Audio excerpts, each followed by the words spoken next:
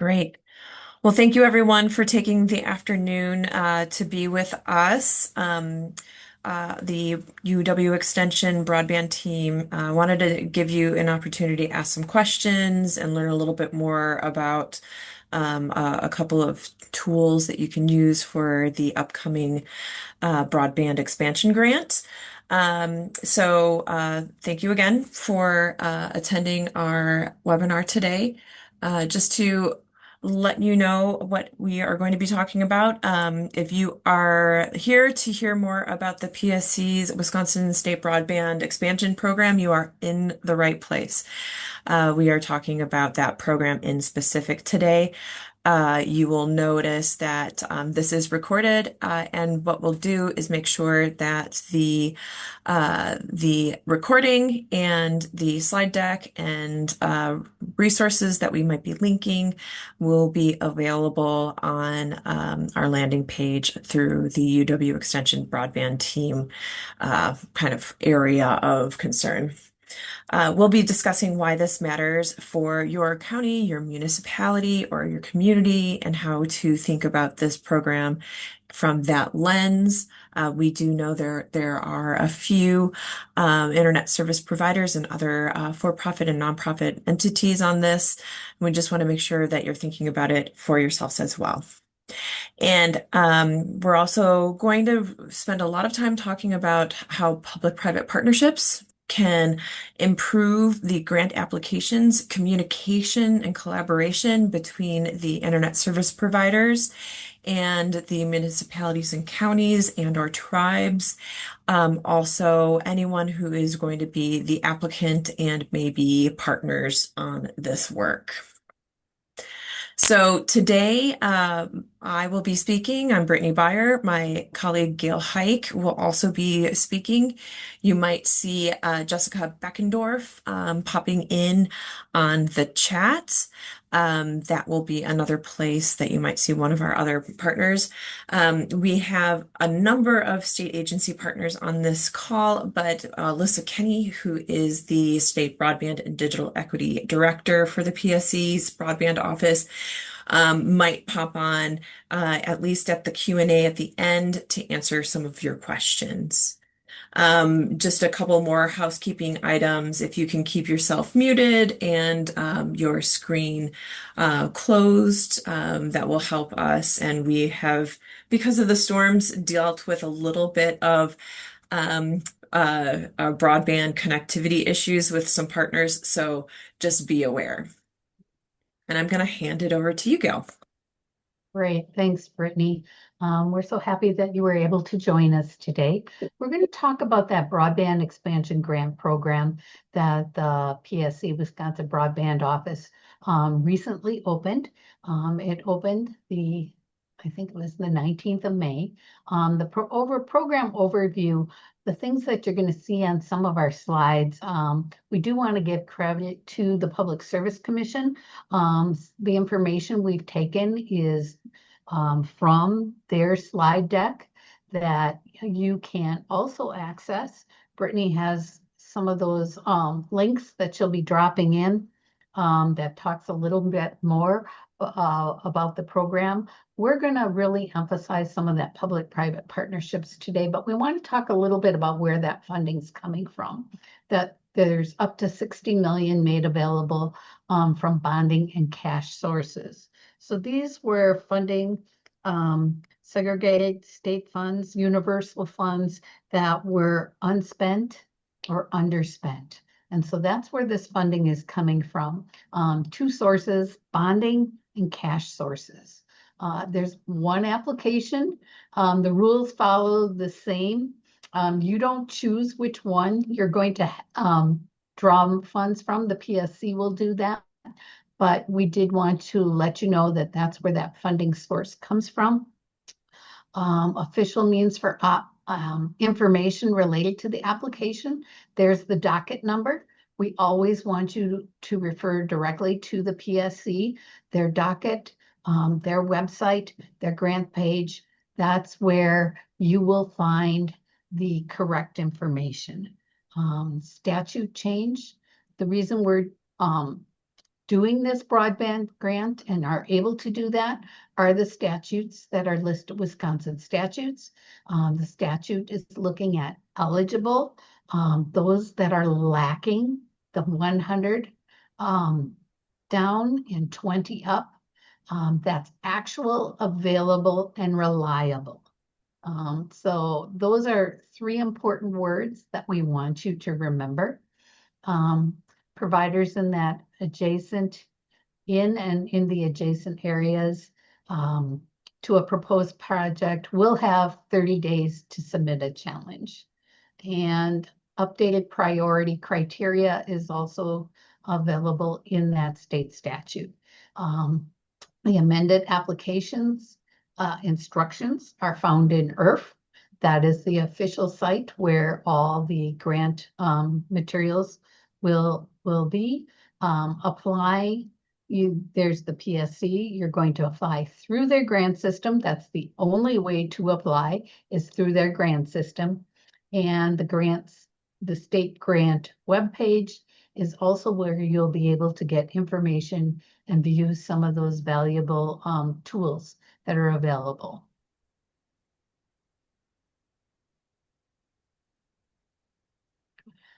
This slide, for those of you who have watched the previous webinar done by the PSC, will recognize this slide. This is the timeline for this grant program. The program was opened officially on May 19th. We are looking at now, we have just about a month when applications are due. The application deadline is that July 27th. Really take note that it's that 1:30 p.m. There's no exceptions to that. Once the system is set up, once you hit that timeline, it's going to lock you out, and there's no way to submit your proposal after that. So we encourage people to follow the timeline. If you have questions, so, you can submit your questions and request for clarification by July 20th. Last day to get assistance with the system is July 24th, and that deadline again is July 27th. You will have applicants will have 1 day till July 28th to submit their geospatial files. And so that's kind of the timeline that, or not kind of, it is the timeline that will be followed. So please make sure that you are watching the timeline and don't miss any of those important deadlines.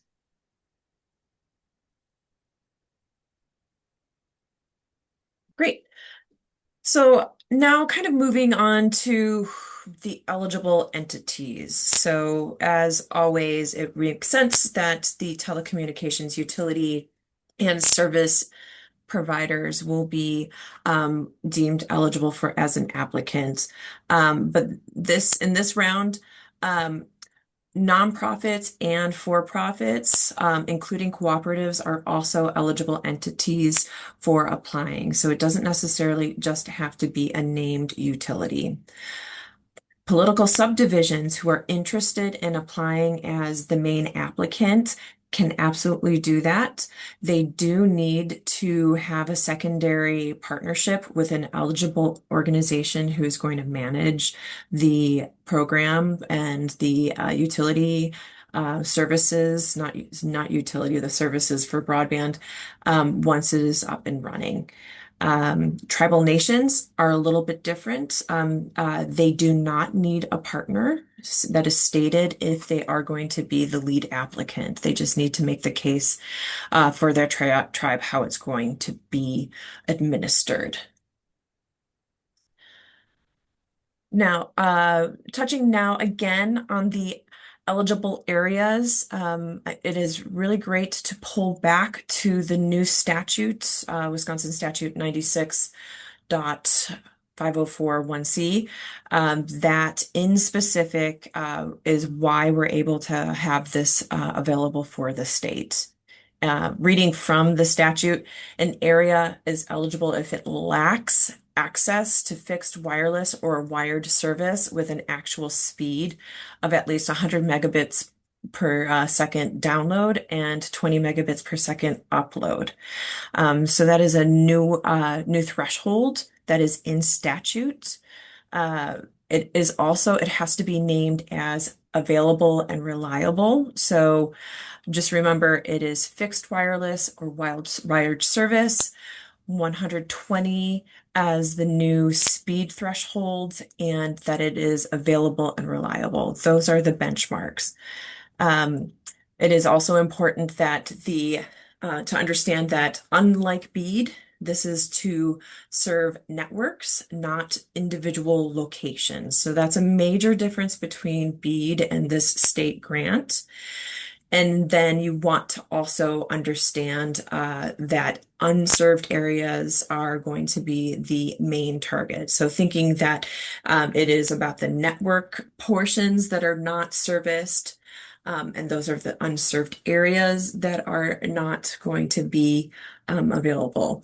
The PSC has done a great job of extracting with as much detail who is at this point still unserved by this definition.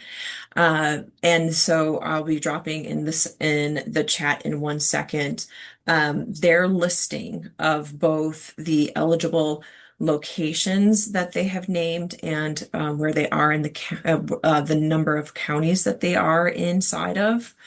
That there is a chance for the internet service providers, though, to say that they understand the situation and they're going to be applying for an area that they believe is unserved. And it's up to the internet service provider themselves to make the case that that is unserved.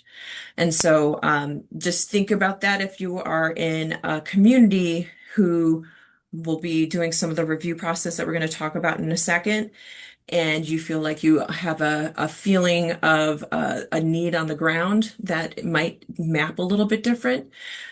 Let's talk about that a little bit if we do get to that point. Okay, now we want to take a look at the map tour. And I want to give kudos to the PSC, the Wisconsin Broadband Office, the mapping team for really pulling all this information together. It was a lot to pull together in a quick period of time. And this, I thought, was probably the best way to show you some of the things that are available. And so you will be able to identify what locations will be eligible. Uh, there is the link there, and Brittany has also dropped it in the chat of the map and where you can find that grant map. One of the things that we will tell you is really make sure if you're not seeing what's showing on this screen, you haven't probably zoomed in far enough. So you really want to zoom in so you can see the dots, the triangles, the little symbols that are there for those locations.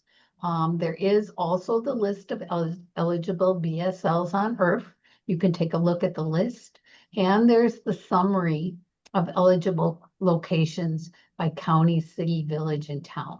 That's probably a place where those of you in counties, we have counties registered, city, that you want to take a look at to see what would be eligible in your area. As we take a look at the legend on the side, you'll see the state eligible status. And what I really want you to hone in are those red dots. Those are the eligible and priority locations.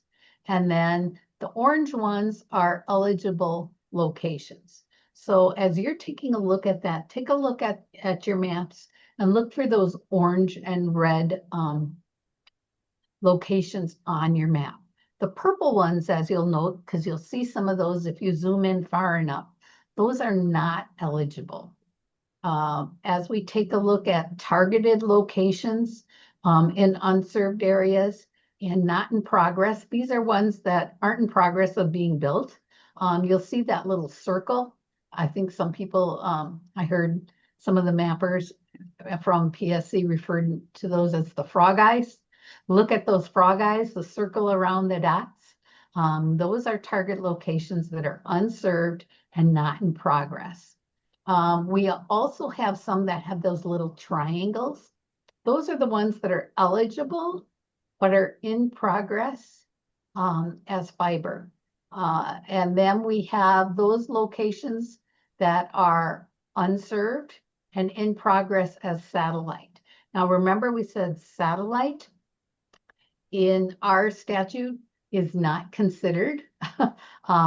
And that for this, so even if you have locations in your BEAD allocations that you saw that you were supposed to get maybe a lot of satellite, you are still eligible for this grant program because we're looking at wired or wireless uh,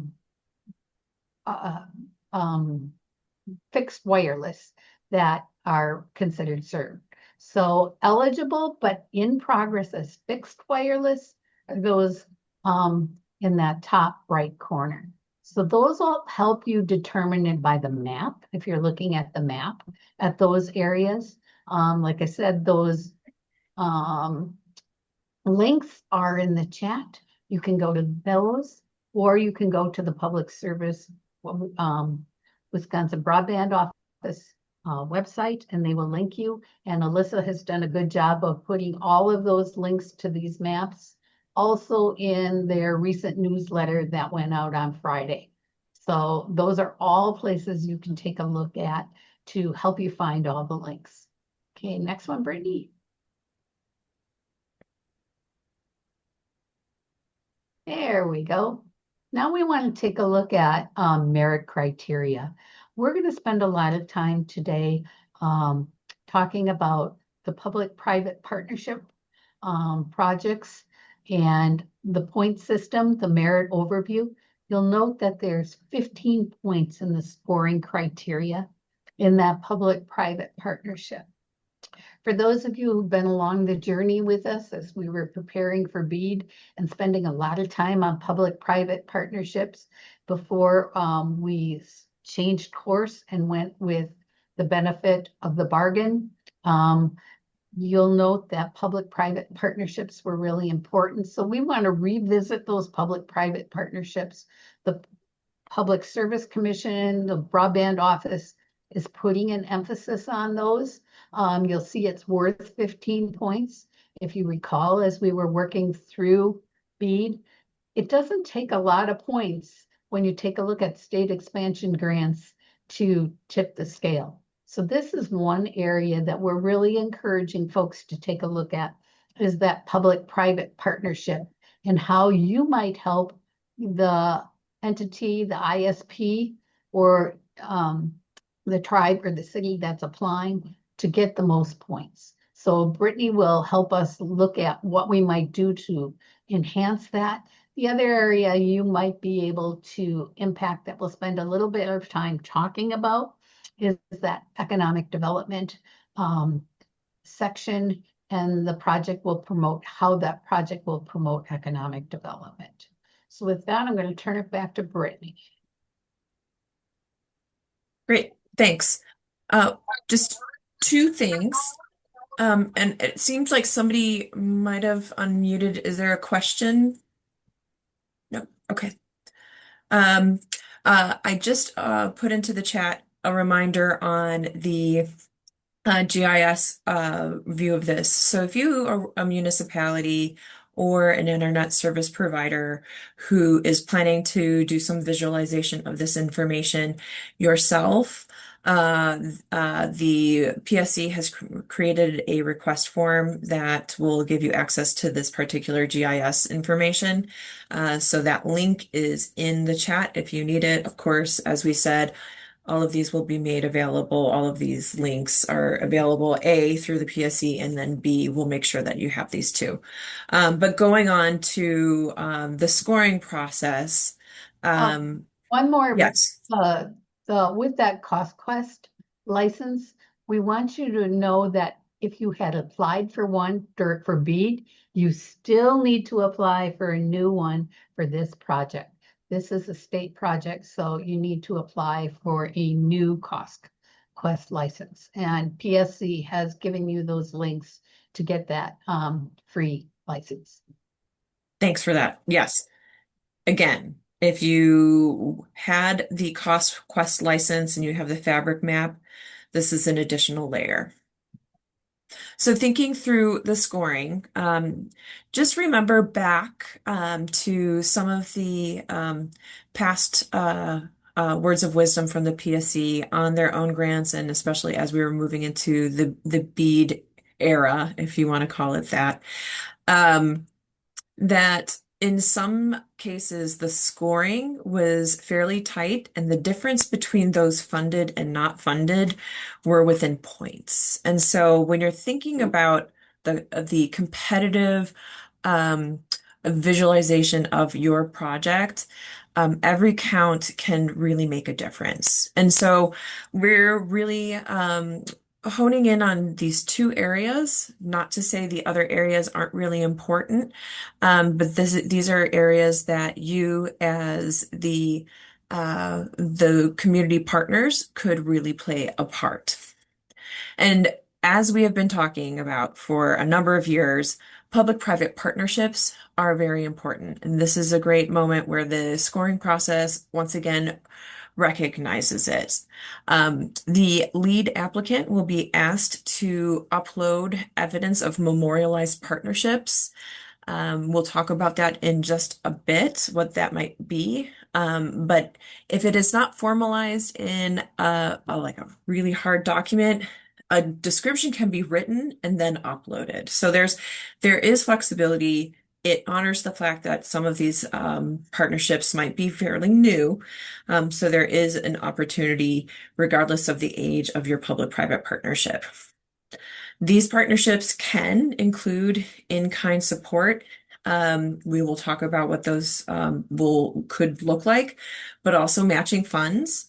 But think that in-kind can be a good opportunity if a community does not have matching fund capacity.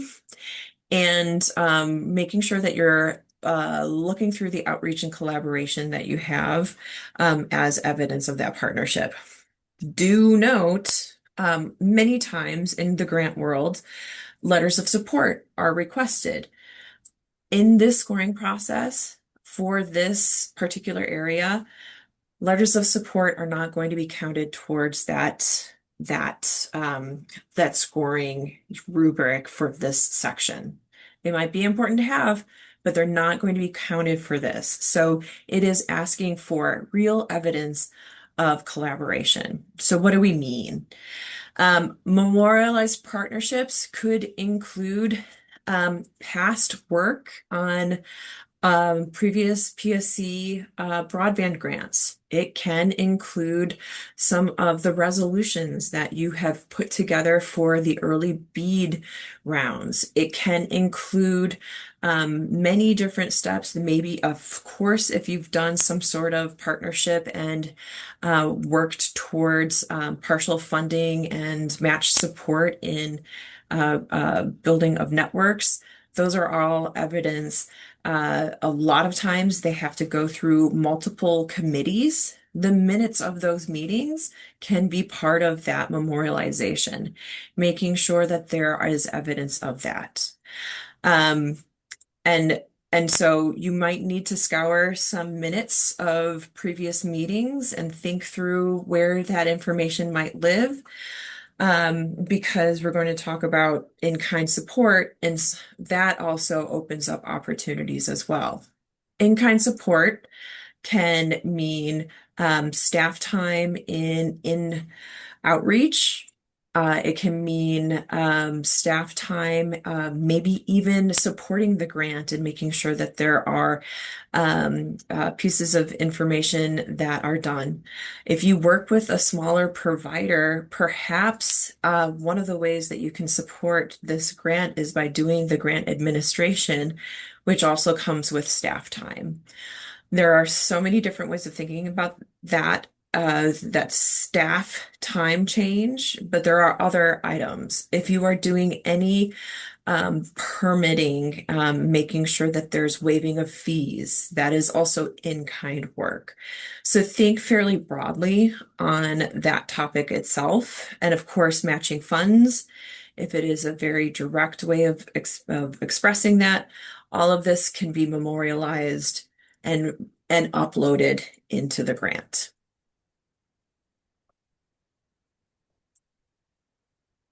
Mm, So just thinking at this point, how should communities be engaging with this information thus far in what we've given you? Because it is a lot of information.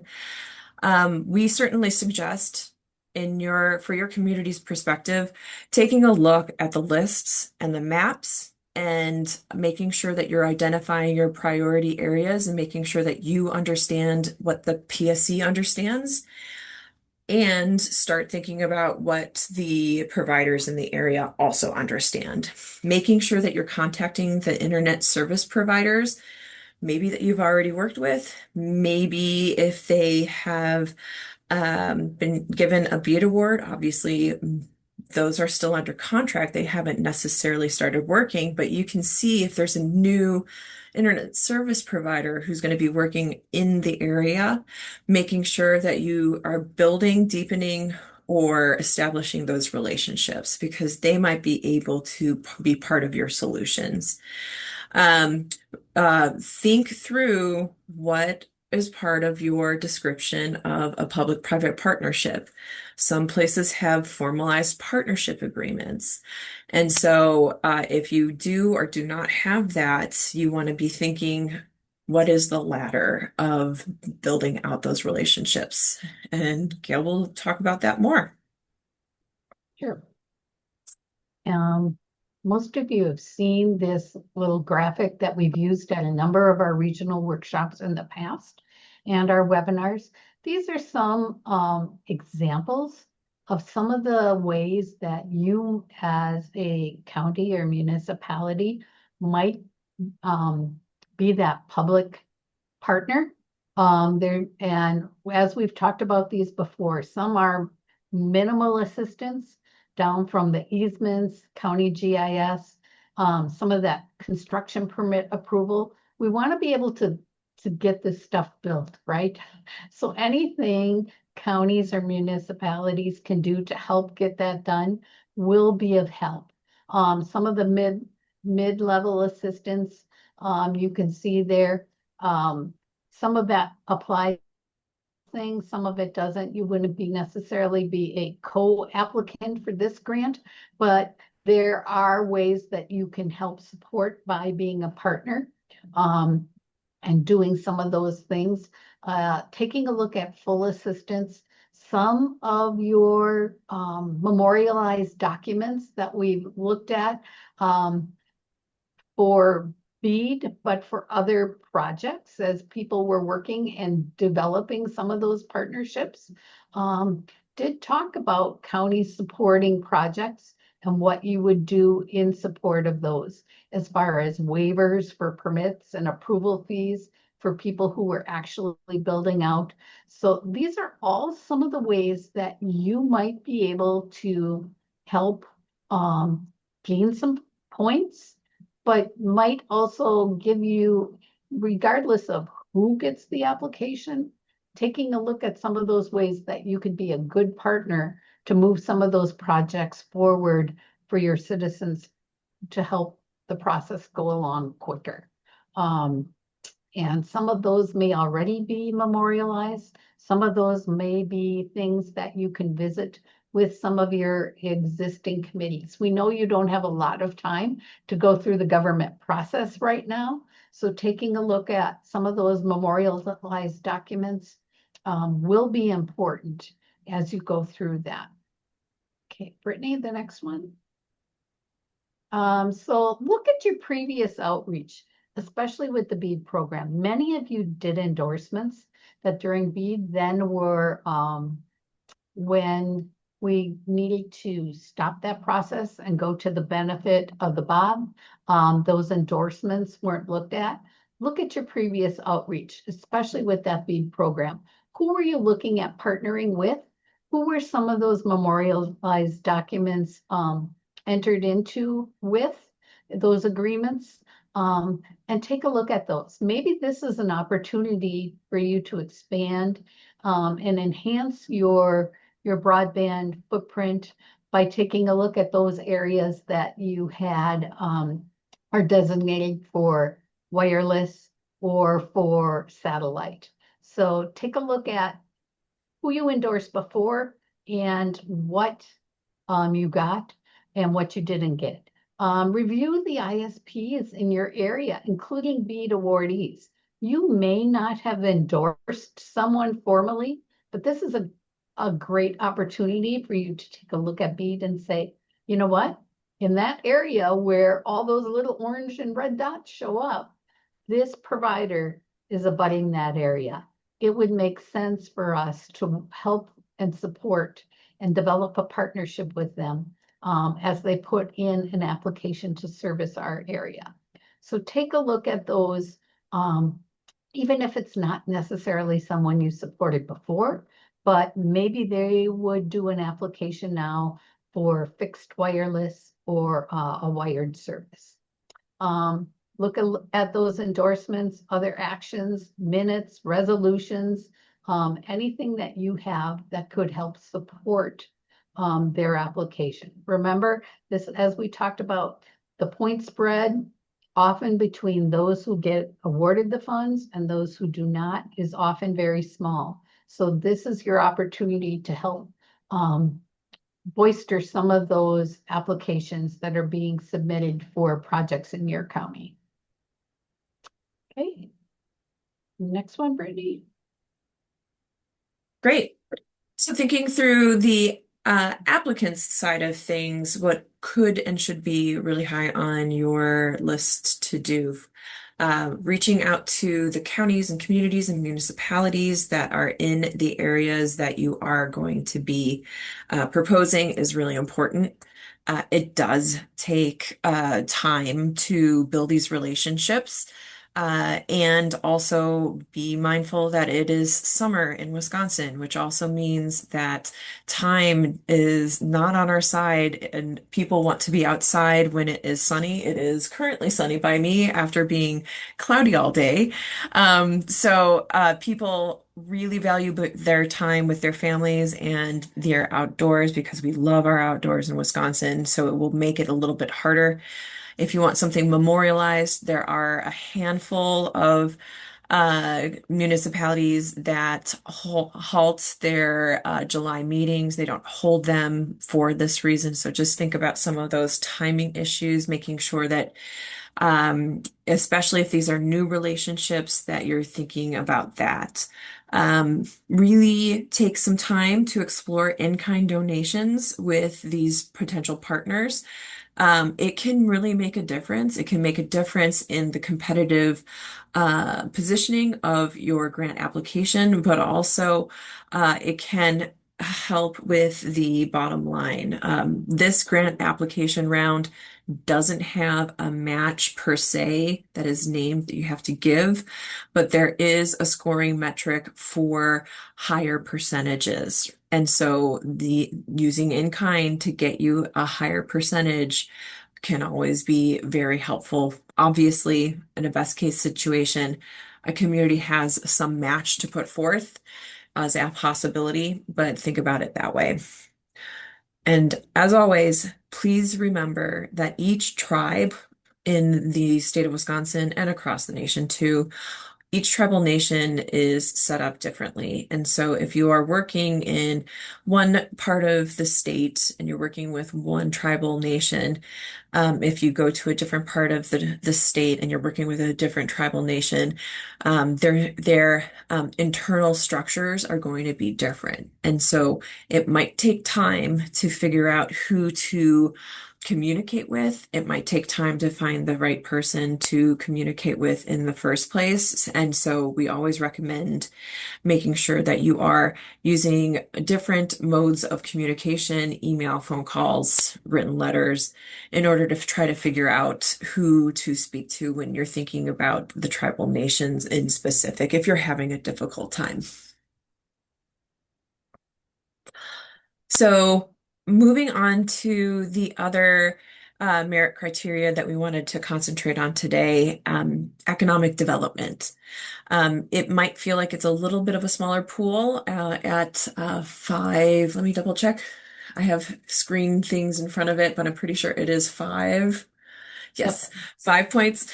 And so again, it might feel like it's a smaller piece of the puzzle. However, remember that every point could make a difference when you're thinking about a pretty narrow a band between those who are funded and not funded. And so Yeah. evidence of economic development, this is one that, as Brittany said, it's 5 points, but there may be opportunities for communities to help provide some information to the applicant. In most cases, it will be the ISP directly. And as the Wisconsin Broadband Office and the PSC is taking a look at scoring these, scalable projects are one of those things they take a look at. How is it scalable for the future? Um, and how is the proposed project or network going to simultaneously serve locations with in peak demand scenarios? Think about how those are going to work. How is it going to expand the network, increase the number of users, um, the number of network nodes, the number of services provided. So all of those things making it scalable for the future are really important as you take a look at think of those major events, major things that happen, housing, how can it be scalable for the future? Economic development, as we take a look at this, we're really looking at how does it promote job growth and retention, expansion of your property tax base is really important. Improved overall vitality of the communities. So this is a place where some of the groups that we have out there can really help take a look at and provide information to that applicant. Taking a look at some of the plans that are out there already, planned expansions, business park, housing developments. Look at some of those strategic plans that communities have on file. Those will all help the applicant take a look and state the case for economic development and growth in this area.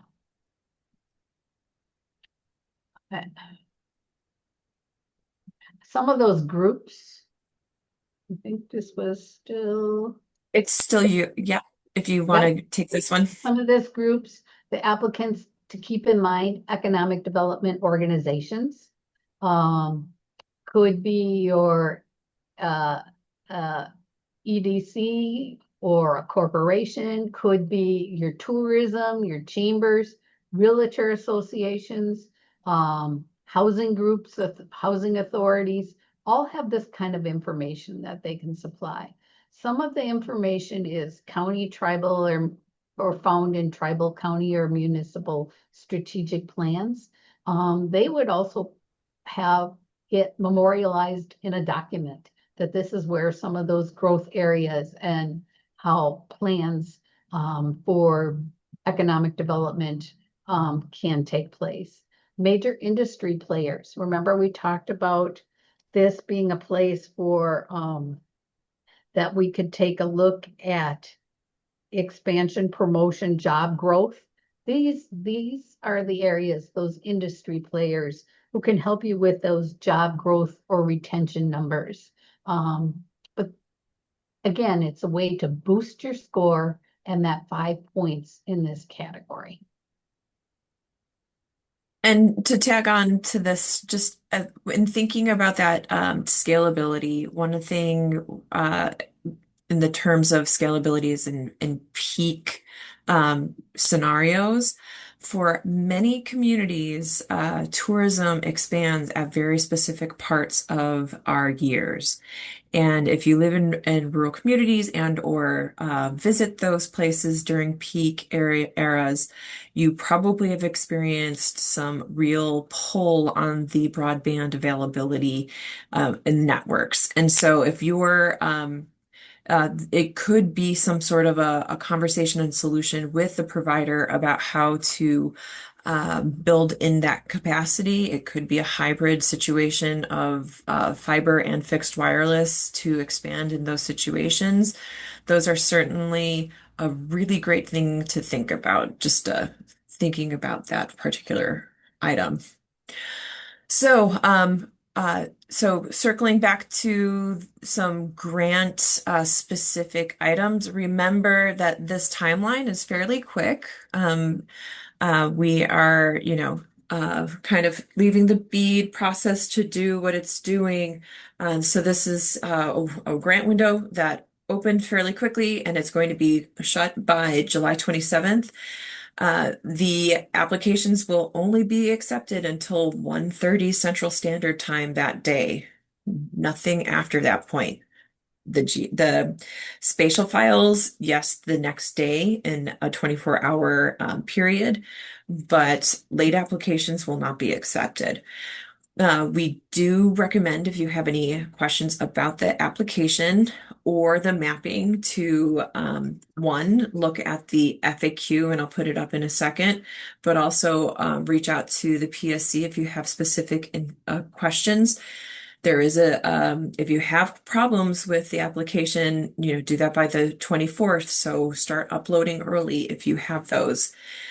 If you want to talk to our team a little bit more on maybe a particular public-private partnership that you have set up and you want to explore what to do with it, you reach out to our team at the UW Extension, and we will certainly try to help you out. I'll put the FAQ link in just a second.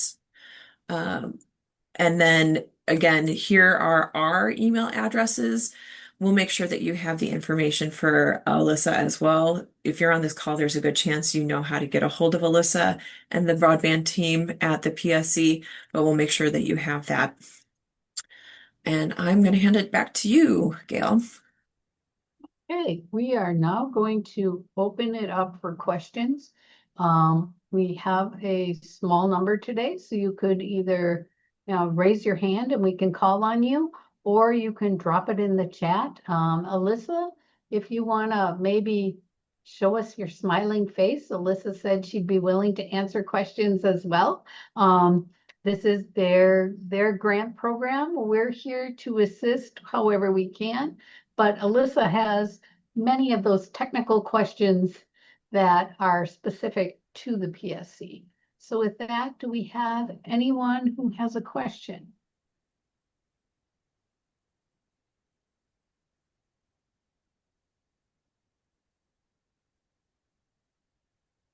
Alyssa, they've all listened to your webinar and have read all the documents, and so we don't have a lot of questions. While we're waiting, if anybody's thinking of one, Alyssa, do you have anything that you'd like to comment on? Really, thanks for your interest in the grant program. We're hopeful to get a lot of great competitive applications to keep filling in all those gaps and continuing to get everyone in Wisconsin broadband.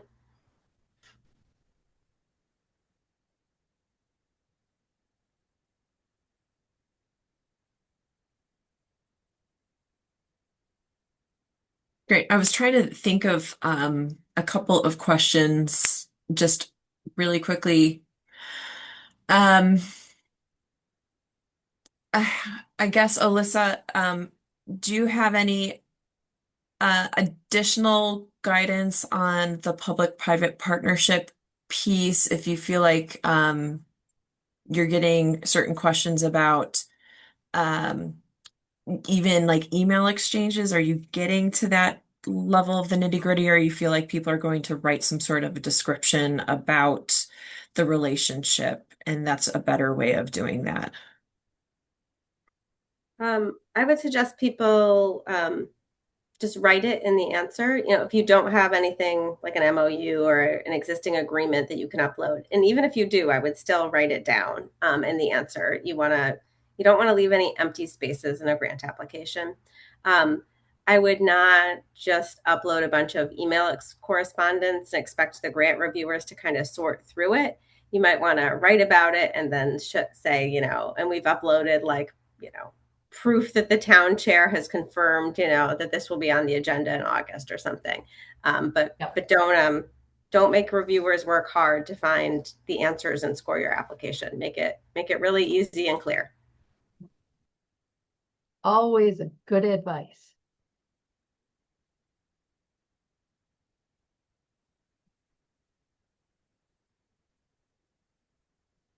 Okay. Well, with that, I think we have a couple of minutes that we can give you back this afternoon. Again, this will be recorded. It does take us like a week to get it through our transcription services. So look for it in about a week. But the slide deck and resources will be up for you. Do not hesitate if you need to reach out to anyone from the PSC about the grant application in specific, or if you want to talk public-private partnerships or some of the economic development pieces with our team. And thank you for your time. I'm sure we'll hear from you, and until next time. Thank you very much. Thanks, everyone.